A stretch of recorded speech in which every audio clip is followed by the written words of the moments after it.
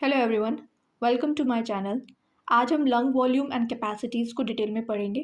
तो let's begin. Pulmonary function test help us understanding how well the lungs are working. Lungs volume and capacities are divided into two parts. So basically pulmonary function test क्या बताता है? ये हमें बताता है कि lungs जो होते हैं वो कितना एयर ले सकते हैं और कितनी फास्ट उसको निकाल सकते हैं। इन्हें हमने दो पार्ट्स में डिवाइड किया है। जो एक पार्ट है that is the static lungs volume and capacity and दूसरा पार्ट है dynamic lung volume and test. तो बेसिकली स्टैटिक वाला क्या बताता है? ये मेजर करता है that how much air lungs can hold, कितनी एयर वो होल्ड कर सकते हैं।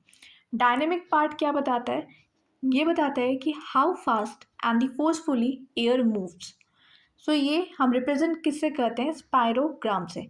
तो स्पायरोग्राम को हम लोग डिटेल में बाद में पढ़ेंगे इसी वीडियो में, तो अभी के लिए इस पर कोई बात नहीं करते, तो स्किप करते हैं। Next we move on to the lungs volume. Lungs volume में पहला आता है tidal volume. So tidal volume क्या होता है? It is an amount of the air inhaled और exhaled during the normal breathing. ये अकर होता है during the resting condition without any effort. So basically जो नॉर्मल एयर हम इनहेल और एक्सहेल कर सकते हैं बिना किसी एफर्ट के, उसको हम लोग टाइडल वॉल्यूम कहते हैं। और इसका जो एवरेज टाइडल वॉल्यूम की जो वैल्यू होती है एक हेल्दी पर्सन में, एडल्ट में, दैट इज़ 500 ml। ये रिप्रेजेंट करता है basic ventilation of the lungs को। Next we have the inspiratory reserve volume. So inspiratory reserve volume क्या होता है? It is a maximum additional volume of the air that can be inhaled after a normal inspiration. क्या मतलब हुआ इसका? Normal सांस लेने के बाद जो एक्स्ट्रा एयर और अंदर ले सकते हैं उसी को तो हम लोग इंस्पायरेटरी रिजर्व वॉल्यूम कहते हैं। ये शो करता है how much extra air the lungs can take in during the deep breathing. So deep breathing के वक्त कितना एक्स्ट्रा एयर हम ले सकते हैं। इसकी जो नॉर्मल वैल्यू होती है दैट इज़ 3000 टू 3300 ml होती है, यानी कि 3300 ml. So it reflects the strength of the inspiratory muscles and the lungs expansion. Next we have the expiratory reserve volume. So ये क्या होता है? It is a maximum additional air that can be forcefully exhaled after a normal expiration. So normal सांस छोड़ने के बाद जो extra air force से बाहर निकाल सकते हो उसको हम लोग कहते हैं एक्सपायरेटरी रिजर्व वॉल्यूम। ये रिप्रेजेंट करता है how much air can be pushed out beyond the normal breathing. जो नॉर्मल वैल्यू होती है इसकी 1000 टू 1100 ml होती है। ये डिपेंड करता है on expiratory muscles power and lung elasticity पे। Next we have the residual volume. Residual volume क्या होता है? It is a volume of the air that remains in the lung even after the forceful expiration. मतलब जब हम पूरी force के साथ एक्सहेल करते हैं एयर को, तब भी कुछ अमाउंट ऑफ द एयर जो होता है वो लंग्स में रह जाता है, उसी को हम लोग कहते हैं residual volume. It prevent the lungs collapse and allow the continuous gas exchange. तो ये लंग्स को कोलैप्स होने से बचाता है और गैस एक्सचेंज को कंटिन्यू रखता है। इसकी जो नॉर्मल वैल्यू होती है वो 1200 ml होती है and this volume can not be measured by the spirometry. So basically इसकी जो वैल्यू होती है वो 1200 ml होती है और इसको स्पायरोमीटर के थ्रू हम मेजर नहीं कर सकते। Next we move on to the lungs capacity. क्या मतलब है? A capacities are formed by adding 2 और मोर लंग्स वॉल्यूम। मतलब कैपेसिटीज बनती हैं जब हम एक या एक से ज़्यादा वॉल्यूम्स को ऐड ऑन करते हैं। पहले हम बात कर लेते हैं total lung capacity. So total lung capacity होता क्या है? ये maximum amount of the air है that the lungs can hold after the full inspiration. So lungs में मैक्सिमम एयर जो फुल सांस छोड़ लेने के बाद होती है, यानी कि फुल सांस जब हम इनहेल कर लेते हैं उसके बाद जो मैक्सिमम एयर होती है उसका अमाउंट है। तो इसको कैलकुलेट कैसे करते हैं? टोटल लंग कैपेसिटी को टाइडल वॉल्यूम को प्लस करेंगे इंस्पायरेटरी रिजर्व वॉल्यूम से एंड प्लस करेंगे expiratory reserve volume along with a residual volume. Total जो वैल्यू होगी दैट इज 6000 ml। ये वैल्यू हमें बताती है total size of the lungs को। Next we have a vital capacity. So vital capacity, it is a maximum amount of the air that can be exhaled after the maximum inspiration। तो full सांस लेने के बाद जो maximum air बाहर निकाल सकते हो उसी को हम लोग कहते हैं वाइटल कैपेसिटी। इसको कैलकुलेट कैसे करते हैं? So vital capacity is equals to tidal volume plus inspiratory reserve volume and the expiratory reserve volume. इनको ऐड करने पे जो वैल्यू आएगा दैट इज 4500 टू 4800 ml। ये शो करता है लंग इलास्टिसिटी को एंड दी मसल्स के स्ट्रेंथ को। Next we talk about the inspiratory capacity. So inspiratory capacity क्या होता है? So it is a maximum air that can be inhaled after the normal expiration. मतलब normal exhale करने के बाद जो एयर मैक्सिमम एयर आप इनहेल कर सकते हो उसको हम लोग कहते हैं इंस्पायरेटरी कैपेसिटी। इसको कैलकुलेट कैसे करेंगे? सो इंस्पायरेटरी कैपेसिटी को कैलकुलेट करने के लिए tidal volume plus inspiratory reserve volume करेंगे, जिसकी वैल्यू आएगी अप्रॉक्सीमेटली 3500 से 3800 ml के बीच में या according to that. It reflect करता है इंस्पायरेटरी एबिलिटी को of the lungs. Next we have the functional residual capacity. ये क्या होता है? It is the air remaining in the lungs after the normal expiration. Normal air को exhale करने के बाद जो amount of the air lungs में रह जाता है उसको हम लोग कहते हैं फंक्शनल रेजिडुअल कैपेसिटी। इसको कैलकुलेट कैसे करेंगे? Expiratory reserve volume plus residual volume. इसकी जो वैल्यू आएगी it is about 2300 ml and it maintains the constant oxygen level in the blood between the breaths। तो ये ब्लड में ऑक्सीजन का लेवल को स्टेबल रखता है।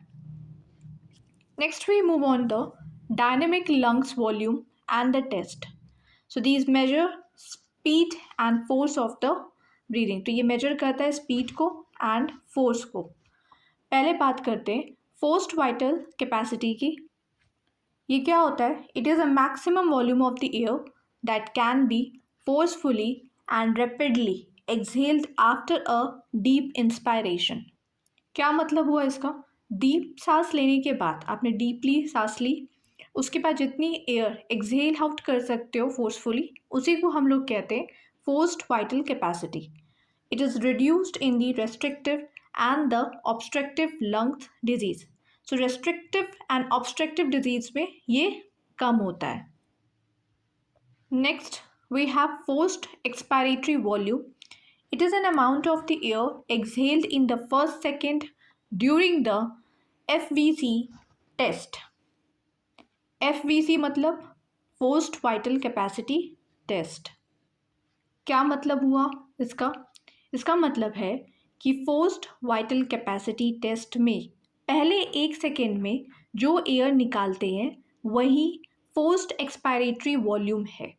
अस्थमा और या फिर कोरियोनिक ऑब्स्ट्रक्टिव पल्मोनरी डिजीज़ में ये बहुत कम होती है। Basically chorionic obstructive pulmonary disease क्या होती हैं? ये लॉन्ग टर्म लंग डिजीज़ होती हैं इन विच जो एयर फ्लो होता है लंग्स में वो ब्लॉक्ड या फिर रिड्यूस्ड हो जाता है and making it hard for a person to breathe. It is used to access the airway obstruction. Next we move on to the respiratory minute volume. So respiratory minute volume क्या होता है? It is a total volume of the air inhaled और exhaled per minute. अब जो 1 minute में total air inhale या exhale कर सकते हो उसी को रेस्पिरेटरी मिनट वॉल्यूम कहते हैं। इसको कैलकुलेट कैसे करेंगे? So it is calculated as the tidal volume multiply by the respiratory rate. Tidal volume की जो वैल्यू होती है that is 500 multiply by the 12। अब 500 को 12 से मल्टीप्लाई करेंगे which give approx 6000 ml per minute. तो या फिर कह सकते हैं 6 to 8 litre per minute. So basically ये शो करता है ओवरऑल वेंटिलेशन एफिशिएंसी को। ये इंक्रीज़ कब होगा? ये तब इंक्रीज़ होता है जब एक्सरसाइज करते हैं या फीवर एनजाइटी के वक्त जो रेस्पिरेटरी मिनट वॉल्यूम होता है वो इंक्रीज़ हो जाता है। Now next we have the maximum voluntary ventilation. It is a maximum volume of the air that can be breathed in and out in 1 minute by the forceful breathing. So maximum air जो हम breathe in कर सकते हैं और out निकाल सकते हैं forcefully 1 minute के अंदर, उसको हम लोग कहते हैं maximum voluntary ventilation.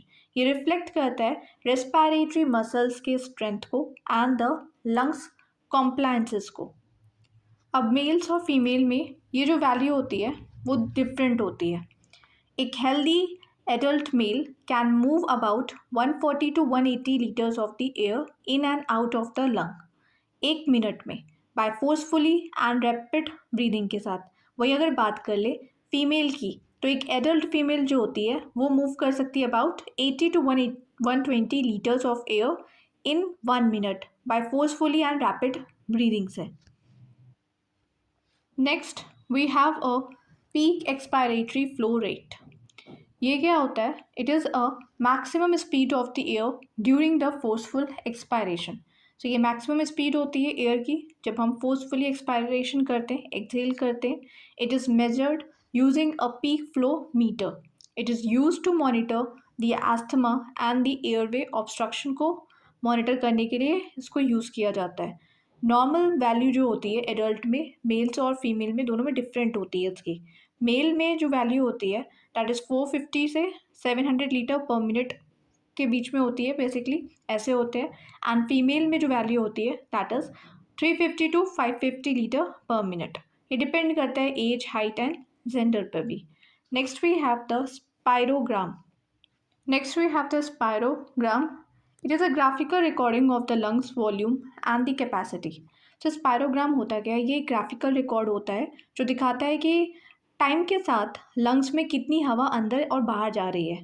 बेसिकली क्या होता है, स्पायरोमीटर में एक वेव लाइक लाइन जो होती है वो बनती है, उसी को हम लोग उसी ग्राफ को स्पायरोग्राम कहते हैं. सो ये शो करता है टाइडल वॉल्यूम को, इंस्पायरेटरी रिजर्व वॉल्यूम को, एक्सपायरेटरी रिजर्व वॉल्यूम को, वाइटल कैपेसिटी को एंड इंस्पायरेटरी कैपेसिटी को. अब जो रेजिडुअल वॉल्यूम है and functional residual volume and total lung capacity, इनको हम नहीं मेज़र कर सकते डायरेक्टली स्पायरोमेट्री से. तो अगर एक लाइन में समझें तो स्पायरोग्राम जो होता है ये ग्राफिकल रिप्रेजेंटेशन होता है लंग वॉल्यूम्स का एंड कैपेसिटीज़ का, जो कि रिकॉर्डेड होते हैं बाय द स्पायरोमीटर. सो ये स्पायरोग्राम है जो लंग्स के वॉल्यूम और कैपेसिटीज़ को ग्राफ के फॉर्म में कुछ इस फॉर्म में शो करता है. एक सेकेंड, तो इस ग्राफ को डिटेल में पढ़ लेते हैं पहले. तो ग्राफ का क्या मतलब है? एक्स एक्सेस जो कि हॉरिजॉन्टल है, ठीक है, यहाँ पर. सो यहाँ पर हमें ब्रीदिंग की साइकिल्स दिखेंगी. वाई एक्सेस जो कि वर्टिकल है, यहाँ पर हम लोग को लंग्स के वॉल्यूम इन दी ml दिखेंगे. तो अब जो ब्लू से जो वेव्स बनी हुई हैं ये नॉर्मल और एंड फोर्स्ड ब्रीदिंग पैटर्न को दिखा रही हैं. वहीं जो ग्रीन एरोज हैं ये हमें लंग्स वॉल्यूम एंड कैपेसिटीज़ को बता रहे हैं.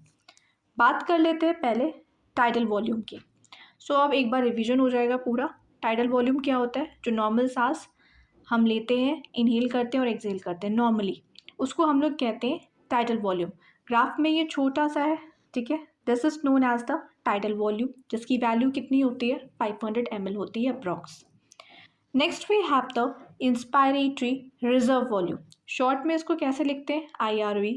ये होता क्या है? जो नॉर्मल इंस्पायरेशन के बाद जो एक्स्ट्रा हवा और अंदर ले सकते हो उसको हम लोग कहते हैं इंस्पायरेटरी रिजर्व वॉल्यूम. ने इसको हम लोग कैसे ग्राफ में दिस इज़ अ वैल्यू, और इसकी वैल्यू क्या होती है? 3000 ml के आस होती है अप्रॉक्स, ठीक है. Next we have the expiratory reserve volume. बात करते हैं एक्सपायरेटरी रिजर्व वॉल्यूम की. इसको शॉर्ट फॉर्म में कैसे हम लोग डोनेट करते हैं? ERV से. ये क्या होता है?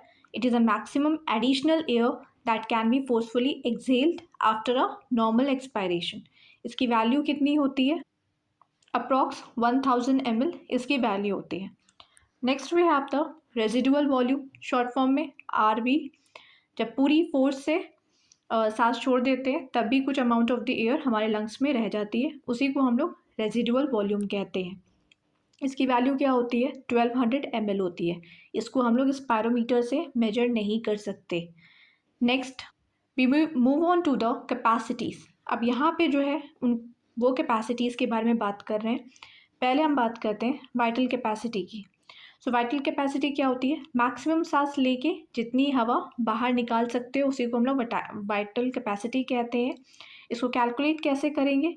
टाइडल वॉल्यूम यानी कि जो 500 होता है प्लस इंस्पायरेटरी रिजर्व वॉल्यूम जिसकी value 3000 plus expiratory reserve volume जिसकी वैल्यू 1000 होती है। टोटल कितना बना? 4500 ml। Next we have the inspiratory capacity. So inspiratory capacity को हम लोग IT से डोनेट करते हैं शॉर्ट फॉर्म में। इसको हम लोग कैसे कैलकुलेट करते हैं? टाइडल वॉल्यूम जो कि 500 होता है plus inspiratory reserve volume. Total कितनी वैल्यू आई? 3500 ml। उसके बाद आता है फंक्शनल रेजिडुअल कैपेसिटी। अब फंक्शनल रेजिडुअल कैपेसिटी क्या होता है? नॉर्मल एक्सपायरेशन के बाद जो एयर लंग्स में होती है उसको कहते हैं फंक्शनल रेजिडुअल कैपेसिटी। इसको कैलकुलेट कैसे करते हैं? So expiratory reserve volume plus RV यानी कि रेजिडुअल वॉल्यूम को हम लोग प्लस करेंगे। अब एक्सपायरेटरी रिजर्व वॉल्यूम की वैल्यू कितनी होती है? 1000 और रेजिडुअल वैल्यू कितनी होती है? 1200। दोनों को ऐड करने पे आएगा 2200 ml। And now we move on to the total lung capacity. Lungs में मैक्सिमम हवा जितनी भी हो होल्ड करके रख सकता है उसको कहते हैं टोटल लंग कैपेसिटी। इसको कैलकुलेट कैसे करते हैं? Tidal volume plus inspiratory reserve volume plus expiratory reserve volume and residual volume. 500 plus 3000 plus 1000 and plus 1200। Total जो वैल्यू आएगी अप्रॉक्स 5700 आएगी। तो ये हो गया ग्राफ का फुल हाइट जिसको हम लोग कहते हैं टोटल लंग कैपेसिटी। अब बात कर लेते हैं कि स्पायरोमीटर से कौन सी वैल्यूज़ मेजर हो पाती हैं। सो वाइटल कैपेसिटी को मेजर कर सकते हो स्पायरोमीटर से, इंस्पायरेटरी कैपेसिटी को, टाइडल वैल्यू को एंड इंस्पायरेटरी रिजर्व वॉल्यूम को एंड एक्सपायरेटरी रिजर्व वॉल्यूम को। एक minute let me highlight it ताकि तुम लोग कन्फ्यूज ना हो जाओ। अब जितने भी हाईलाइटेड हैं ये सारे के सारे हम लोग स्पायरोमीटर से मेजर कर सकते हैं। बाकी जो नहीं हाईलाइटेड है जैसे कि रेजिडुअल वॉल्यूम एंड FRC यानी कि functional residual capacity and total lung capacity, इनको हम लोग नहीं मेजर कर सकते स्पायरोमीटर से। नाउ आई होप कि ये ग्राफ जो है अच्छे से एक्सप्लेन समझ में आ चुका होगा। Next we have the MCQ। जो भी टॉपिक हमने पहले पढ़ा है उसके ऊपर बेस्ड कुछ MCQs हैं, इन्हें प्रैक्टिस कर लेते हैं। So the first question is, which lung volume cannot be measured by the simple spirometer? किसको मेजर नहीं कर सकते? टाइडल वॉल्यूम को, इंस्पायरेटरी रिजर्व वॉल्यूम को, एक्सपायरेटरी रिजर्व वॉल्यूम को या फिर रेजिडुअल वॉल्यूम को।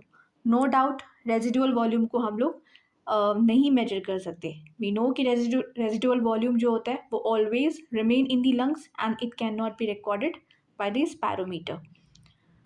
Next question we have the functional residual capacity क्या होती है, कैसे कैलकुलेट करते हैं इसको?